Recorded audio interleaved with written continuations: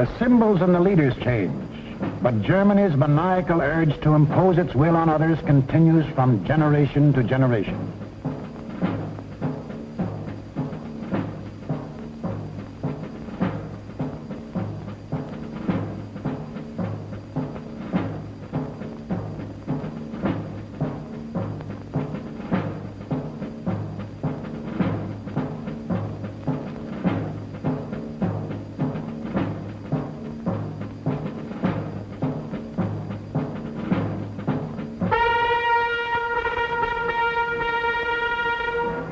In the last 75 years, this madness has cost the world more than 20 million killed, more than 60 million wounded, more than 200 million made homeless.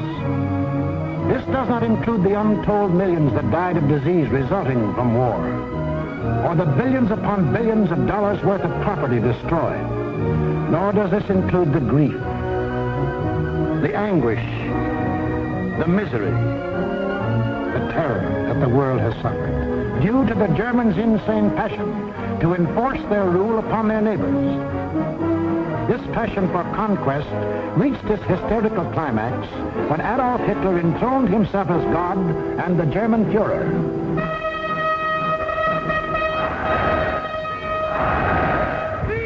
What fantastic dreams was this humorless man dreaming as he stood at Nuremberg and looked down on his fanatic followers? In the Middle Ages, a plague of slavery descended on the world. Out of the wilds of Mongolia came a mighty army of fierce horsemen, led by Genghis Khan. Burning, looting, pillaging, the barbarian horde swept across Asia and Eastern Europe. Genghis Khan conquered most of the world of the 13th century. Adolf Hitler was determined to outdo him and conquer all of the world of the 20th. Set up at Munich was an institute devoted to the little-known science of geopolitics, vaguely defined as the military control of space. Germany's leading geopolitician, a former general, Karl Haushofer, was head man. Here was gathered together more information about your hometown than you yourself know.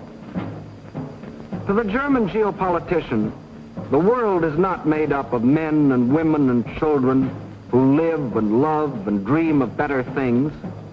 It is made up of only two elements, labor and raw materials.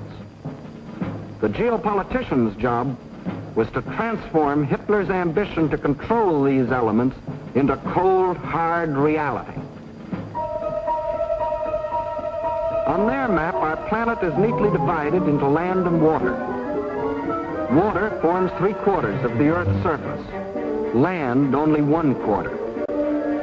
And in that 1/4 of the Earth's surface lies the world's wealth, all its natural resources.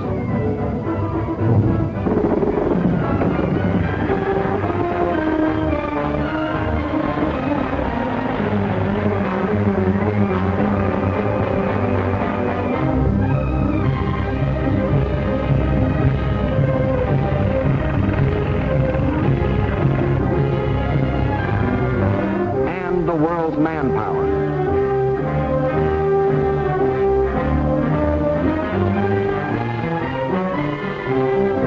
Control the land and you control the world.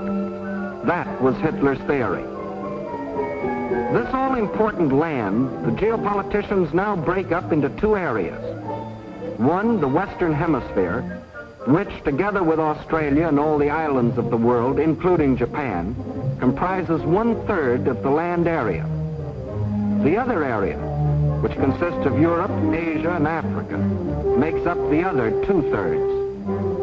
This supercontinent, which they call the World Island, is not only twice as large as the rest of the land area, but also includes 7/8 of the world's population. The heart of this world island comprises Eastern Europe and most of Asia. This they call the Heartland, which just about coincides with the old empire of Genghis Khan. Hitler's step-by-step plan for world conquest can be summarized this way. Conquer Eastern Europe. and you dominate the heartland. Conquer the heartland, and you dominate the world island. Conquer the world island, and you dominate the world. That was the dream in Hitler's mind as he stood at Nuremberg. Hitler, Sieg! Sieg! With pagan pageantry, the district leaders from all over Germany swore personal allegiance to him, hypnotized with the belief that they were members of a master race.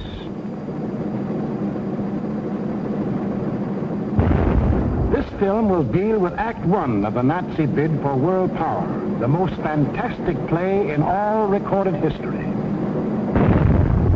Hitler had seen Hirohito grab off Manchuria and other territory from the Chinese. He had watched Mussolini get away with the rape of Ethiopia. He had seen the democratic world look the other way while these illegal aggressions were going on. And he smiled. For collective action to enforce peace, the only weapon he had to fear, had broken down. It was time now for the Nazis to start crossing borders. It was time for Hitler to put his plan into action. And what was he waiting for? He was waiting to soften up his victims, keep them from uniting.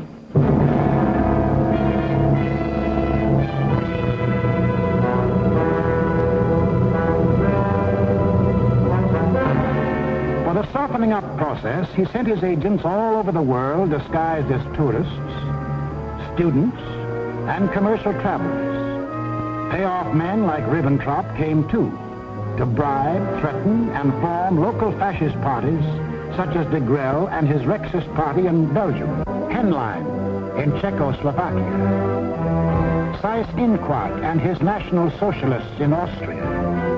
In Britain, Sir Oswald Mosley offered himself to the people as a Hitler with an Oxford accent.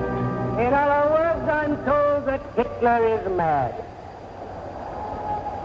Well, I've got another view myself.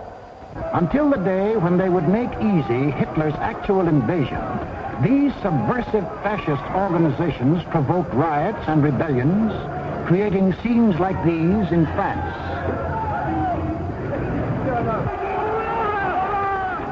Scenes like these in Belgium.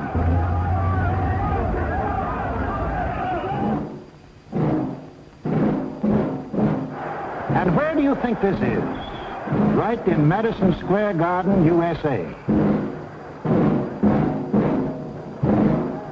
And this is Fritz Kuhn, leader of the German-American Bund, hiding behind the American flag, but taking his orders from Berlin and copying the methods of Berlin. That was the softening up process outside Germany. But inside Germany, it was a different story.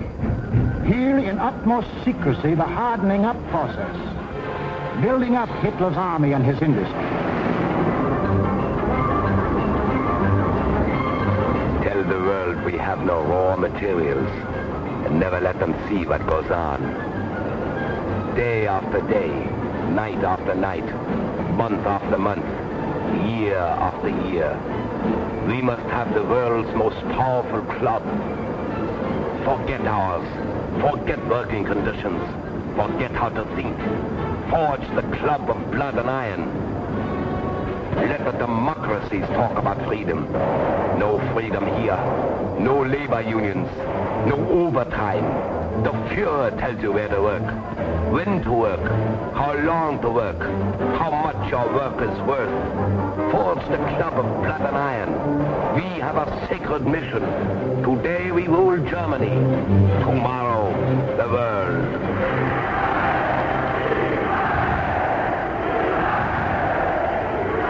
And for those who don't like it, you don't eat. Or you disappear into a concentration camp. Or you get this. And this is the man who gives it to you.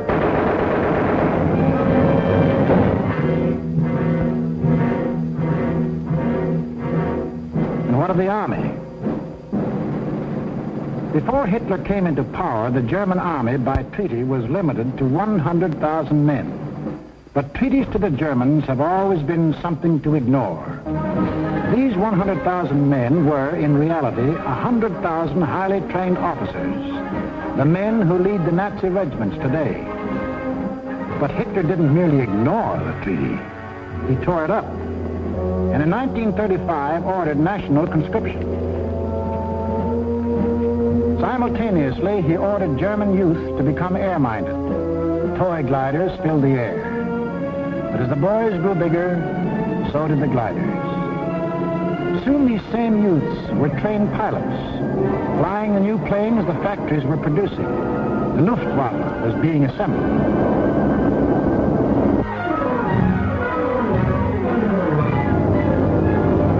The only thing old about this new army was the goose step. And even Hitler couldn't improve on that ancient German form of torture, designed to make man stop thinking and blindly obey. Goose-step them until they become as insensible as weapons.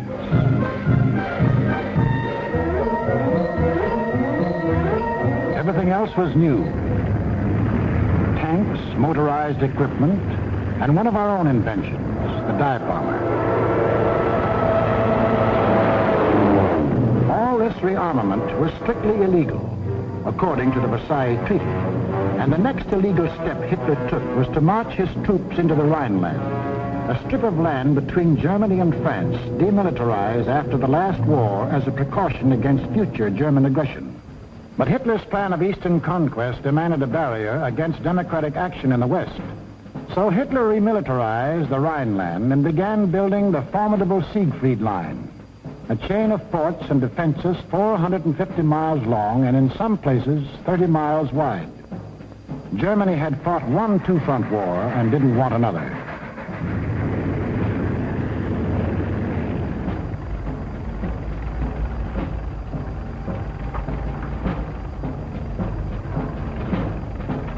As many as 500,000 men worked as much as 20 hours a day to build 22,000 fortified positions on land, where, by treaty, no German soldier was supposed to set foot.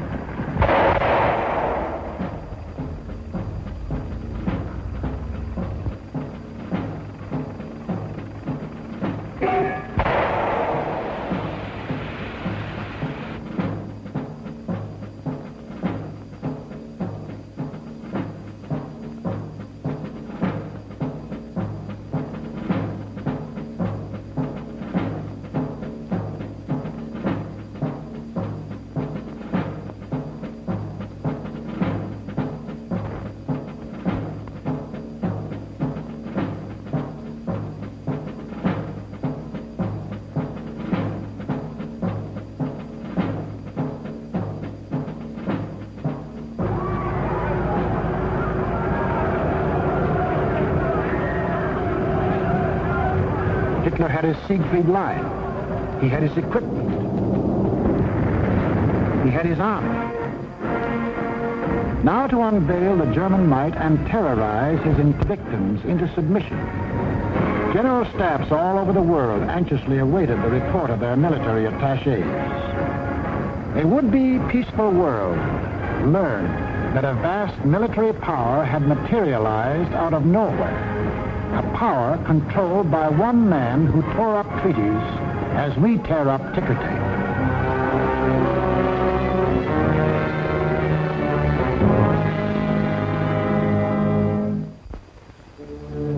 Satisfied they had created the right sense of fear in the world, the Nazi leaders were now ready to strike.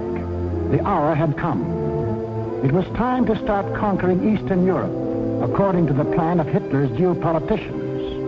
It was time to win the domination of the heartland. Who would the first victim be? Naturally, the softest, Austria. Bite off just enough not to set the world against you.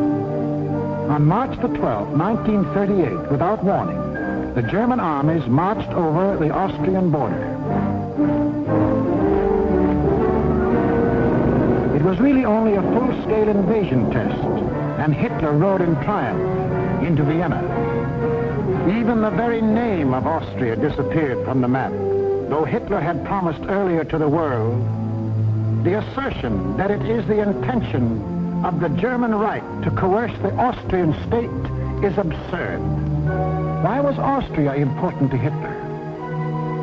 It put him on the southern flank of Czechoslovakia, and Czechoslovakia was the key to the control of Eastern Europe. The German Chancellor Bismarck explained that years ago when he said, "He who would conquer Europe must first hold the bastions of Bohemia." And Bohemia was now part of Czechoslovakia. But Czechoslovakia was tough. It had a good army. It had good equipment. It had one of the finest munition plants in the world, the Skoda Works, which Hitler wanted very badly. It had incorruptible President Danish. It had a military alliance with France, and France had a military alliance with Britain. Hitler had to move carefully, find excuses to take Czechoslovakia one piece at a time. He found his excuse in the Sudetenland, a portion of Czechoslovakia bordering Germany. Here lived some people of German origin, although they had never been a part of Germany itself. That was Hitler's cue. Completely ignoring the fact that most people who left Germany had done so to get away from things like Hitler, he sprang his pet theory that every person of German blood, no matter where he lived, belonged to the Nazi Reich. Germans or descendants of Germans, often with no more than a drop of German blood in their veins, suddenly learned that they were godlike, not subject to the laws of the land in which they live and to which they owe their allegiance, whether it be Czechoslovakia, Norway, Sweden, China, the United States, or Timbuktu. According to the Nazis, the German was a special creature who remained forever German, to the 6th and 7th generation, and must take his orders from Berlin. Some people we know of German descent think this is a lot of hogwash.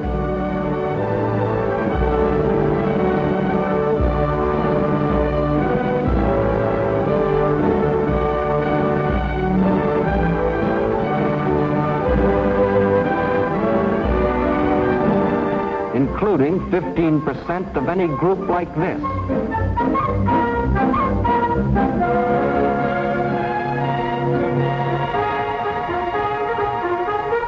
But in the Sudetenland, he found some stooges who fell for this bunk. Konrad Henlein was their Bush League Führer. The people of the Sudetenland were told they should be liberated. They were told Hitler was their liberator. The Nazis smuggled over their standard softening up equipment, blackjacks. And when the Czechs were beaten up trying to combat his fifth columnists, Hitler screamed the Germans were being persecuted and threatened war unless he got the Sudetenland. It is the last territorial claim I have to make in Europe. I have assured Mr. Chamberlain, and I repeat it here, that when this problem is solved, there is for Germany no further territorial problem in Europe. We want no Czechs. To the League of Nations, Foreign Minister Maxim Litvinov announced that Russia stood ready to back concerted action against Germany. But once again, there was to be no concerted action. The Czechs mobilized and closed their borders. The leaders of France and Britain, desperately striving to avoid war, flew to meet the jubilant Axis leaders at Munich. On September 29th, in return for Hitler's guarantee of world peace, Chamberlain and Daladier prevailed upon Czechoslovakia to give up the Sudetenland without a fight. In Czechoslovakia, the Munich Pact was greeted by riots of protest. But Daladier returned to France to be greeted by cheers from a relieved French people. And in Britain, a happy Chamberlain came back declaring he had achieved peace in our time. One of the most tragic and ironic scenes in all history.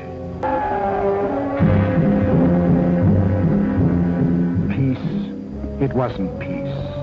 The Nazis hadn't merely got 3 million more souls under the German flag. By taking the Sudetenland, they had made Czechoslovakia defenseless. For in this territory lay the natural defenses, the mountain ranges, and a defensive line of forts, considered even stronger than the Maginot Line. Without these fortifications, Czechoslovakia was disarmed, a ripe plum ready to fall into Hitler's lap. Within 6 months of declaring that he wanted no more territory anywhere, he violated the Munich Agreement, marched in, and took the whole of the Czech state, though he had specifically promised, "I have no further interest in the Czechoslovakian state. That is guaranteed. We want no Czechs." Austria and Czechoslovakia were gone without a fight, and Hitler was getting his control of Eastern Europe. Poland was next on the map. The tired old man of Munich now knew that there could be no peace in our time. But after his success at Munich, Hitler was sure that France and Britain would not fight. Here's what one of his spokesmen said: "Democracy has no convictions for which people would be willing to stake their lives." But what about the Russians? The lights began to burn all night in Moscow. British and French military missions arrived to confer with the Soviet government. So did German representatives. And on August 21st, 1939, the world was set on its heels by the announcement of a treaty between the Russians and the Germans in which they agreed not to fight each other. Here were the admitted arch-enemies in a state of apparent friendship. It was too fantastic to make any sense. It didn't. The Germans hoped they could lull Russia into a false sense of security, and the Russians needed time to prepare for the fight they knew was coming.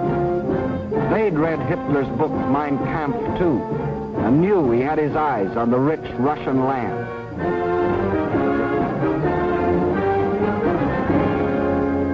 Confident that Russia was safely pigeonholed and that the democracies would not fight, the Nazis started singing their favorite theme song, that all people of German blood belonged to them, and picked Danzig as their excuse for the gobbling up of Poland.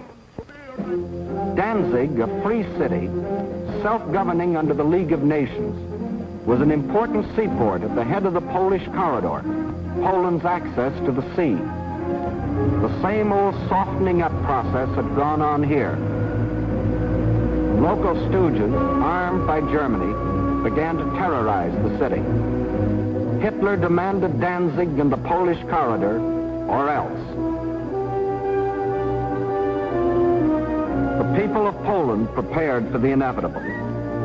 Although they knew Britain and France had guaranteed their borders, they also knew those countries were a long way off.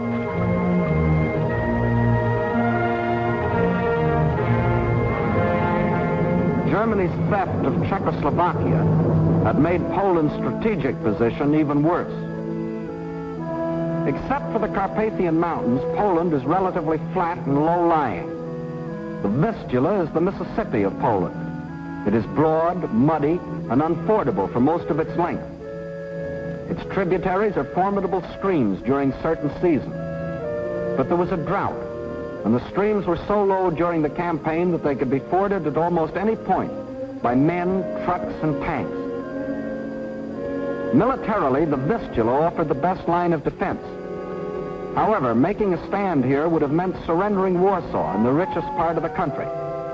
The alternative was to accept battle on the border. That was the Polish decision. The Nazi plan was an enormous pincer movement aimed at encircling the mass of the Polish armies. Secondary pincer movements were to encircle any Polish groups which escaped the main trap. During the last 2 weeks in August, the German armies moved toward the Polish border, where they assembled 70 divisions, many of them armored. From a military standpoint, the Poles were hopelessly outclassed by their predatory neighbor. They managed to mobilize barely 30 divisions, made up of infantry or horse cavalry. In two important respects, the difference was staggering. The Nazis, 5,000 modern tanks. Poland, 600 nondescript tanks. The German Luftwaffe, 6,000 modern planes. The Polish Air Force, less than 1,000 of inferior types. The German army secretly made ready. The way of living for the next 1,000 years was to be decided.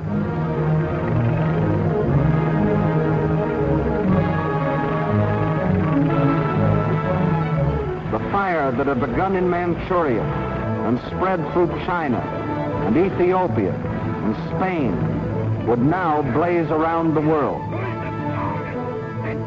This man made that decision. War. Precisely at dawn on September 1st, without warning, the German Wehrmacht rolled over the Polish border. Before the invasion was 30 minutes old, the planes of the Luftwaffe were over Poland, wiping out the Polish Air Force, most of it caught flat-footed on the ground.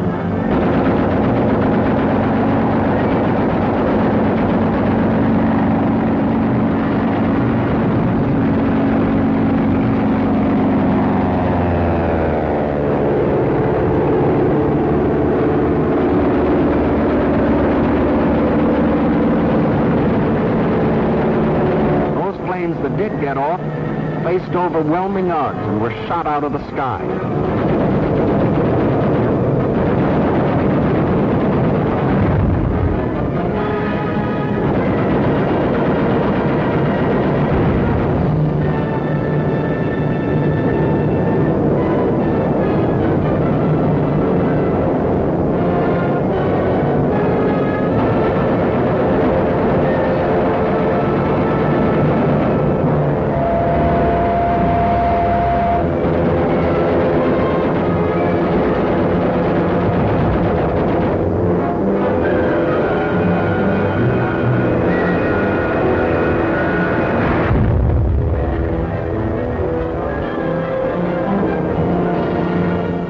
Flying Nazi squadrons ranged deep into Poland, destroying communications, radio stations, power plants, highways, bridges, railroads.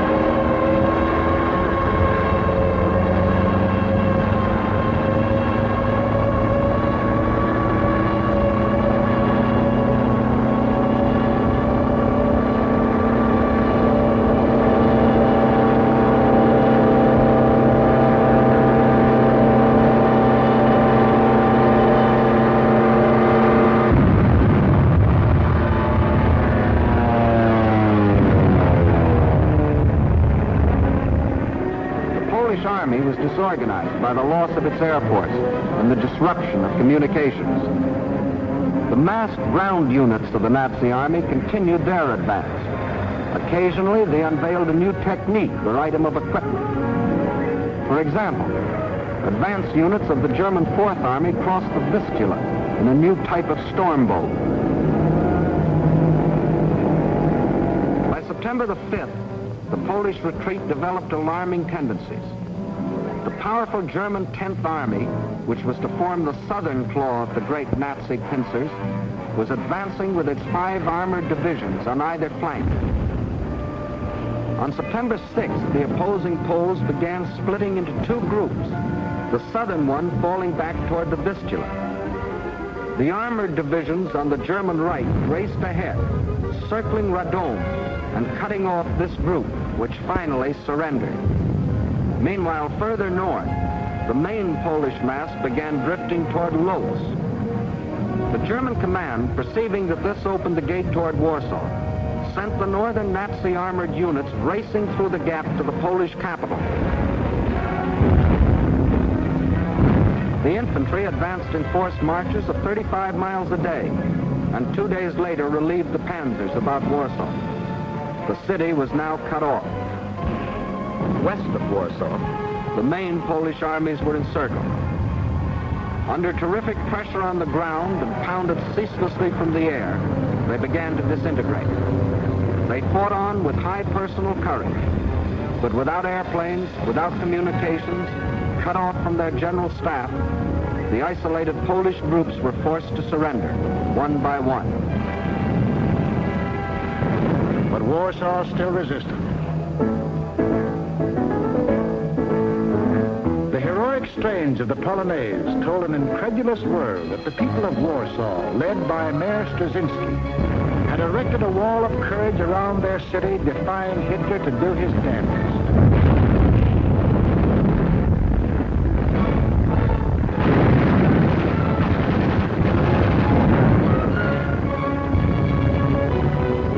Stopped cold by the city's desperate resistance, the Nazis were forced to send for heavier artillery.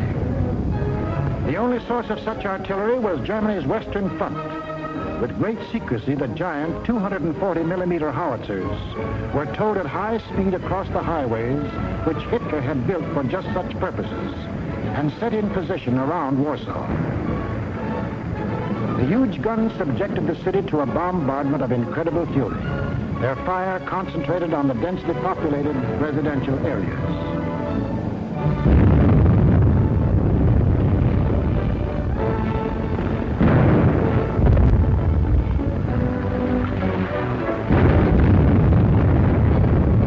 For 20 days of death and horror, every man, woman, and child fought to save his city.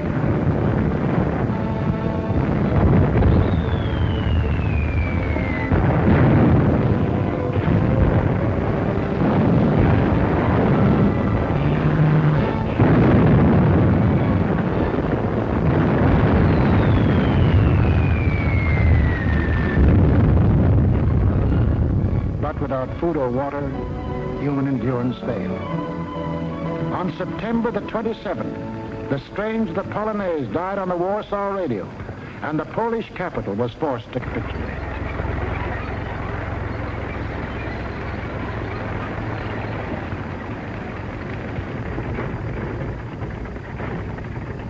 Now all Polish resistance was at an end, except here, the Westerplatte forts opposite Danzig. This small island of stubborn defiance had stood up under the fire of German warships from the first day. Its guns silenced, its forts shattered, it still refused to surrender, even under point-blank fire at 800 yards range. It was an exhibition of Polish valor that will go down in history, but militarily it could not avail. On October the 1st, the garrison at last surrendered. Surrendered to face the fate of these men, Polish prisoners being marched off to Nazi prison camps, an eventual extermination. For the Nazi master race theory calls for the complete wiping out of so-called inferior races. And in village after village, local Judases point out loyal Polish neighbors.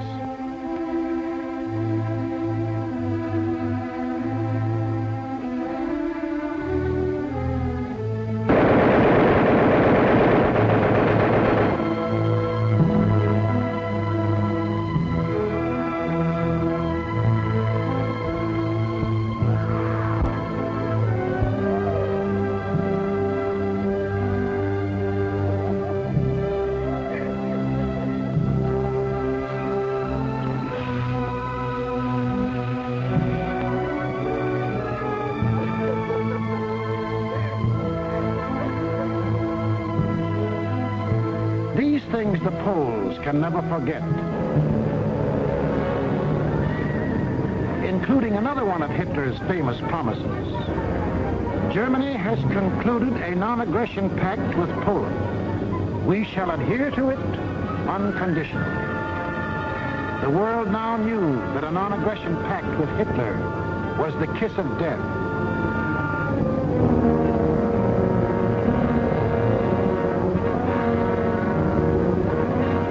Was completely destroyed.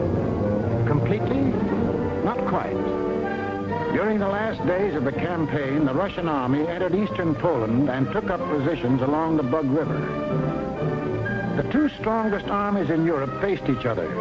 Hitler could decide now whether to keep on heading east or call it quits. He called it quits. Why did Hitler quit here? He had to. To continue a drive to the east would leave Germany facing the threat he had always sworn to avoid, a two-front war. How he met that threat you will see in the next film. What Hitler thought impossible was anything but. The day after Hitler crossed the Polish border, France called up her reservists. Within 24 hours, British planes had bombed German warships in the Kiel Canal.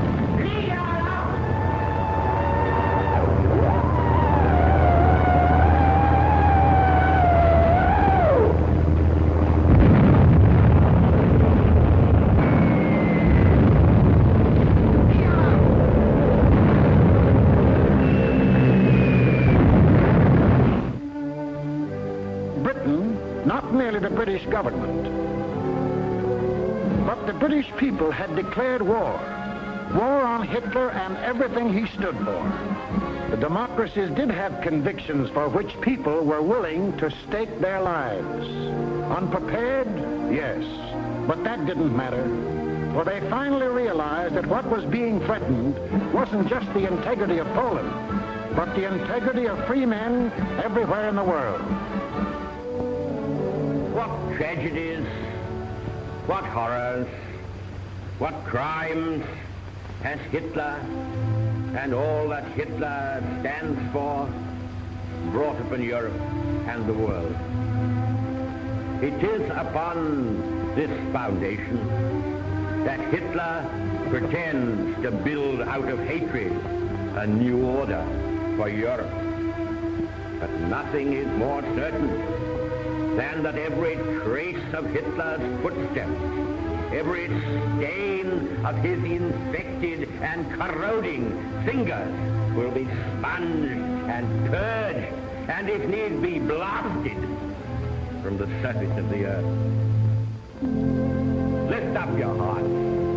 All will come right out of the depths of sorrow and of sacrifice. Will be born again the glory of mankind.